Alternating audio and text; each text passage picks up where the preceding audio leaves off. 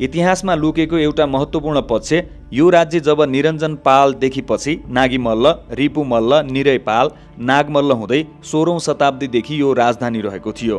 त्यो पनि डोटी राज्यको महत्त्वपूर्ण राजधानीका रूपमा। 16औं शताब्दीमा आइपुग्दा भारतमा अकबरको शासन थियो। मुस्लिमहरूको जगजगी थियो। त्यही समयमा यस क्षेत्रमा मुस्लिमहरूले भीषण आक्रमण गरेको छ, यसलाई ध्वस्त बनाएको छ।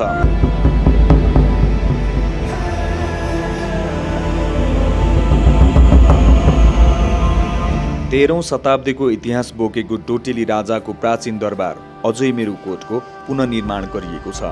डडेलधुराको अजयमेरु गाउँपालिकाले 78 लाख रुपियाँ खर्च गरी वडा नम्बर 2 हाटकोटमा रहेको दरबारको पुनर्निर्माण गरेको हो।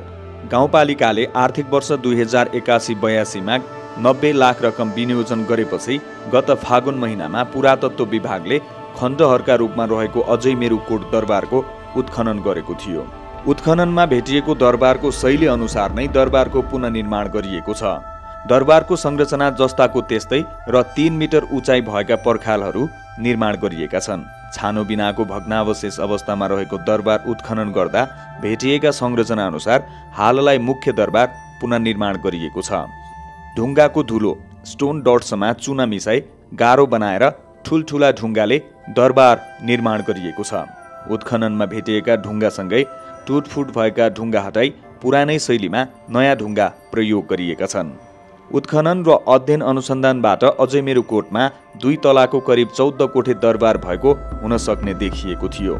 बीचमा गल्ली, एकातिर 3 र अर्कोतिर 4 कोठा गरी भुइँतलामा 7 र माथि जाने ढुङ्गाको सिँढी पनि भेटिएकाले 2 तले भवनमा करिब 14 कोठाको मुख्य दरबार रहेको हुन सक्ने खुलेको थियो। मुख्य दरबार क्षेत्रमा दरबारसँगै 1 तले भवन, मण्डली, सुरक्षा टावर लगायतका गरी 10 वटा ढुङ्गे संरचना भेटिएका थिए। विनियोजित बजेट अनुसार हाल दरबारको भुइँतला निर्माण सम्पन्न भएको छ। उत्खननका बेला भुइँतला मात्रै भेटिएको थियो, तर एउटा कोठाबाट माथि चढ्ने सिँढी भेटिएको थियो। यसले दरबारमा अर्को तला पनि रहेको थियो भन्ने खुल्ने पुरातत्वविदको भनाइ थियो। 2 वा त्योभन्दा बढी कति तलाको दरबार थियो भन्ने अहिलेसम्म खुल्न सकेको छैन। दरबार क्षेत्रमा छतमा प्रयोग भएका पातला ढुङ्गाका सिलेट भेटिएका थिए। डोटेली राज्यको इतिहास बोकेको अजयमेरुकोट कत्युरी राजवंशको उत्कृष्ट कला शैलीमा निर्माण गरिएको उत्खननका समयमा पुरातत्व विभागका प्रमुख, पुरातत्व अधिकृत एवं पुरातत्वविद भास्कर ग्यावलीले बताएका थिए। पहिलो पटक उत्खनन गरी अध्ययन अनुसन्धान गरिएको अजयमेरुकोट यहाँको कलाकृति र निर्माण शैली फरक भएका कारण यो कत्युरी राजवंशको प्रभाव क्षेत्र नै रहेको पाइएको छ। अजयमेरुकोटको विशिष्ट कलाकृति र निर्माण शैली कर्णाली नदीभन्दा पूर्वमा रहेका देवलहरूभन्दा फरक रहेको छ। यहाँ बीचमा मण्डप बनाएर दायाँ बायाँ देवल बनाउने शैली छ। बैठक कक्ष र नाउलाहरू विशिष्ट किसिमका छन्। यो नेपालकै उत्कृष्ट कलाकृतिका रूपमा रहेको छ। अजयमेरुकोट थुप्रै प्रकारका 13औं 14औं शताब्दीका कोटदेखि लिएर किल्लाको रूपमा रहेको छ।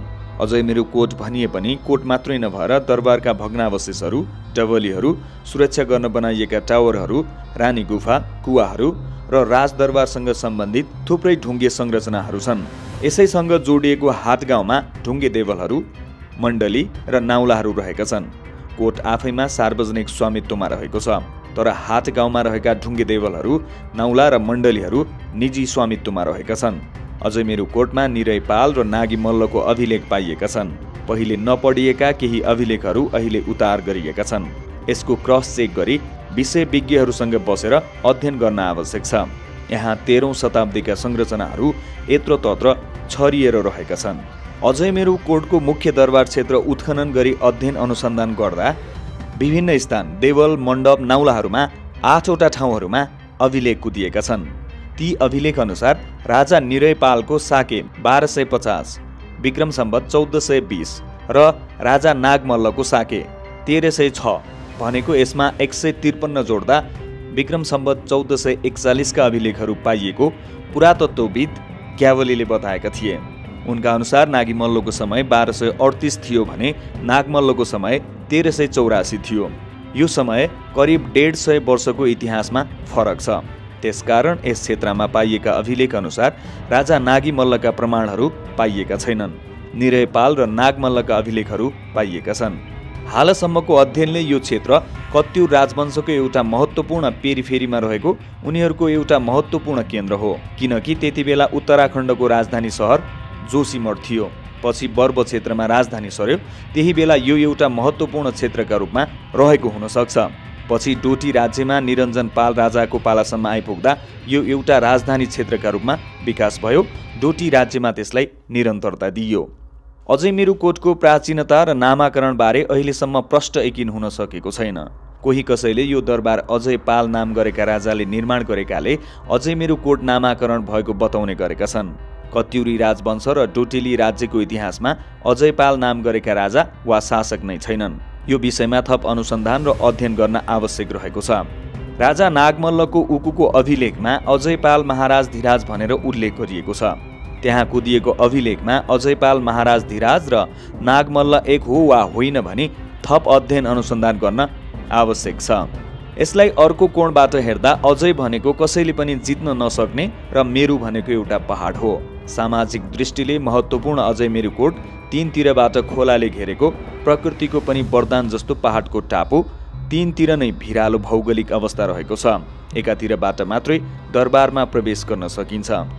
यसकारण सामाजिक दृष्टिकोणले समेत निकै महत्त्वपूर्ण रहेको र मानव निर्मित उपयुक्त भूगोलमा अजयमेरुकोट दरबार अवस्थित छ। प्राकृतिक र निर्माण गरिएका संरचनाहरू उपयुक्त स्थानमा रहेका छन्। सम्भवतः दोस्रो तर्क उपयुक्त हुन सक्छ।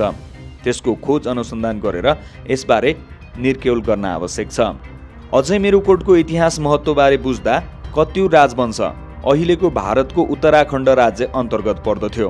कत्युर राजवंश 7औं शताब्दीदेखि 12औं शताब्दीसम्म प्रचलनमा थियो। यसको संस्थापक 7औं शताब्दीमा वासुदेव थिए। 12औं शताब्दीको उत्तरार्ध र कत्युरी राजवंशको अन्त्यतिर त्रिलोकपालको समयमा आइपुग्दा कत्युर राजवंश पतन भएको थियो। कत्युर राजवंश पतन भइसकेपछि 8वटा भागमा शासन राज्यमा विभाजन गरिएको थियो। त्यसै क्रममा डोटी राज्यको स्थापना भएको थियो। यसै बीचमा डोटी राज्य स्थापना हुन अगाडि पूर्वतर्फ कर्णालीतिर खारी राज्यबाट आएका शासकले 11औं शताब्दीको मध्यतिर जुम्लाको सिजामा राज्य स्थापना गरेर बृहत नेपाल राज्य स्थापना गरेको इतिहास रहेको छ। त्यसै क्रममा 12औं शताब्दीदेखि 13औं शताब्दीको बीचमा क्राचल्ल र अशोक चल्लले यो क्षेत्रलाई शासन गरेका थिए। कर्णाली क्षेत्रको एउटा अधीनस्थ क्षेत्रको बीचमा यो क्षेत्र परेको थियो, किनकि कुमाउँको बालेश्वरमा पनि क्राचल्ल र अशोक चल्लका अभिलेखहरू पाइएका छन्। उनीहरूले यो क्षेत्रमा पनि शासन गरेका हुन सक्छन्। यहाँको परम्परा लोक संस्कृतिमा नागी मल्लले यहाँका धामी सिद्धसँग गरेको शास्त्रका कुराहरू, उनले अकुपाई गरेका कुराहरू स्थानीयहरूको लोक संस्कृतिमा जोडिएका छन्। एउटा कुरामा भ्रमित नहुन जरुरी छ, नागी मल्ल र नागमल्ल फरक हुन्। नागी मल्लको शासन डोटी राज्यको संस्थापक निरञ्जन पालदेव थिए, जुन 13औं शताब्दीको सुरुवातमा डोटी राज्य स्वतन्त्र भएको थियो। त्यो के थियो भने पहिले कत्युर राजवंशकै शासकहरूले डोटी राज्यमा आफ्नो राज्य स्थापना गरेका थिए।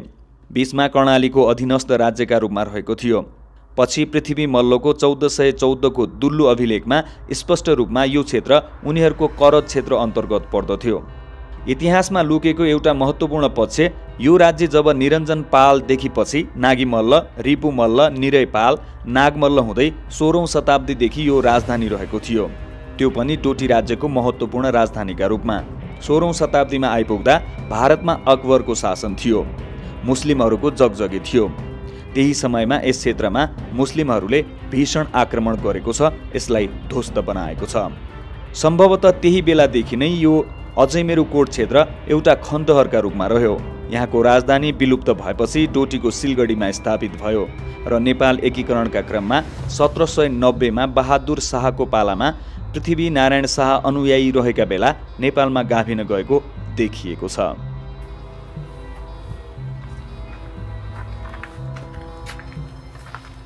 सेन्ट्री पोस्ट पुरै यहाँबाट त्यहाँसम्म पुरै ढुङ्गा, यो कति मिटरको छ भने 4 मिटर भन्दा लामो ढुङ्गा होला।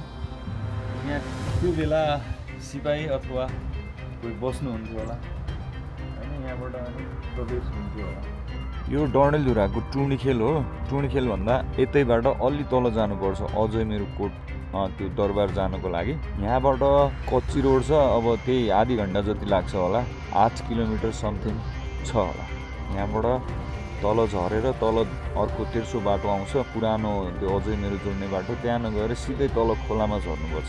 यो हिमालहरू देखिँदैछ, अपी जेठी बहुरानीदेखि लिएर अझै मेरो जाँदाखेरि यो यतातिर इन्डियाको पञ्चचुली हिमालहरू अनि उता सैपाल पनि देखिँदैछ। मौसम खुलेपछि टुणखेल क्षेत्रबाट राम्रो भ्यू देखिन्छ। यो सडक आयो तल माथि टुणखेलबाट तल आइसकेपछि 1.5 किलोमिटर जति नै होला।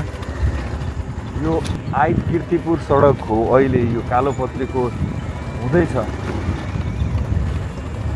अनि यहाँबाट अलि अगाडिबाट तल जानुपर्छ। त्यो भलियाको मन्दिर छ यतापट्टि, यहाँबाट तल जानुपर्छ। उता गयो भने अरू गाउँहरू आउँछ र उता आइट पुगिन्छ। त्यो बगरकोट सडक जुन घटाल जाने बाटो आइपुग्छ, यहाँबाट तल गयो भने सिधै खोलाबाट सिधै पारी भएर ठ्याक्कै अझै मेरो कोट दरबार क्षेत्र पुगिन्छ।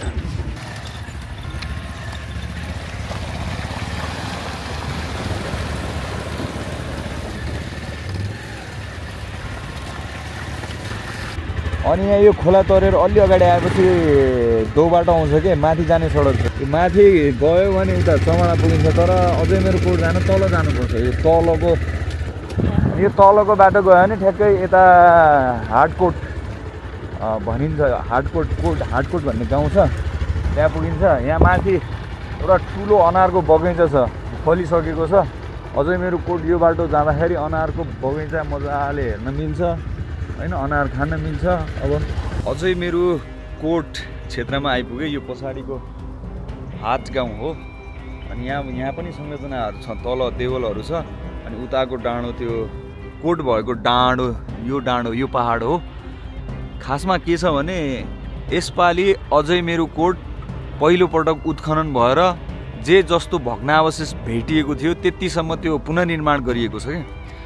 अनि यो कोट जाने यो जुन सडक छ, यो हाट गाउँ नजिक ठुलो ढुङ्गाहरू पनि यहाँ राखिएको छ। यो सायद त्यो कोटमा प्रयोग भएको होला।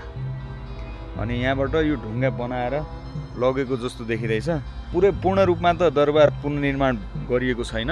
अझै मेरो कोटको त्यो दरबार क्षेत्र भन्दा यतै वारिपट्टि यो एउटा ढुङ्गाको कलात्मक यो एउटा प्रतीक्षालय जस्तो छ होइन।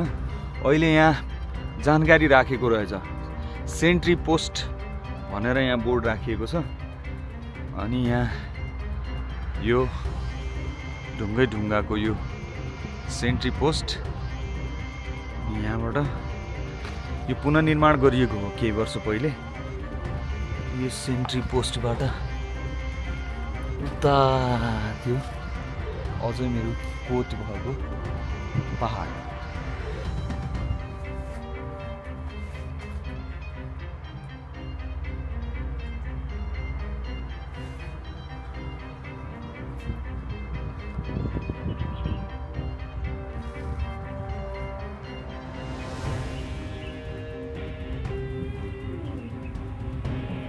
अझै मेरो कोट भन्दा माथिको यो पहाडमा आइपुगे।